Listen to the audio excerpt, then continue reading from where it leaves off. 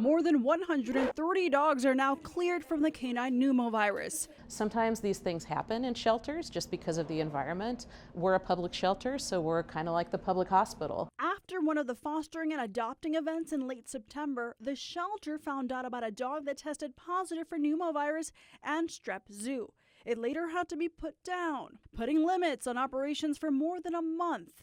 But CEO Hillary Gray says they had protocols in place which played a big role in tackling this, as well as advice from national experts. Because of the way that we manage our kennels and our rooms in the shelter, we were able to detect right away which dogs had been exposed to that dog, who had been in rooms together. While on antibiotics, the dogs were isolated from red, yellow, and green rooms to determine where they were in their recovery. The foundation kept updating the public through social media posts, noting none of the dogs had to be put down.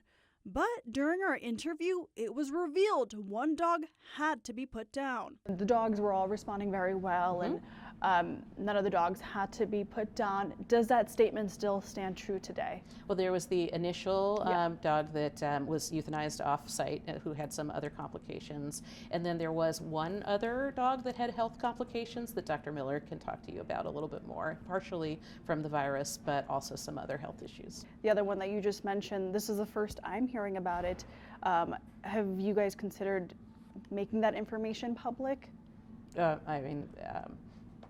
We're transparent about it and talking to you about it today. Chief Veterinarian Casey Miller explains more on why the dog was put down. He had extensive behavioral concerns and was just not doing well here in the shelter, and coupled with a couple of other medical issues. She says the dog's medical issues could have been treated, and he was responding well to the antibiotics. When you talk about behavior issues with this dog, can you describe what they were?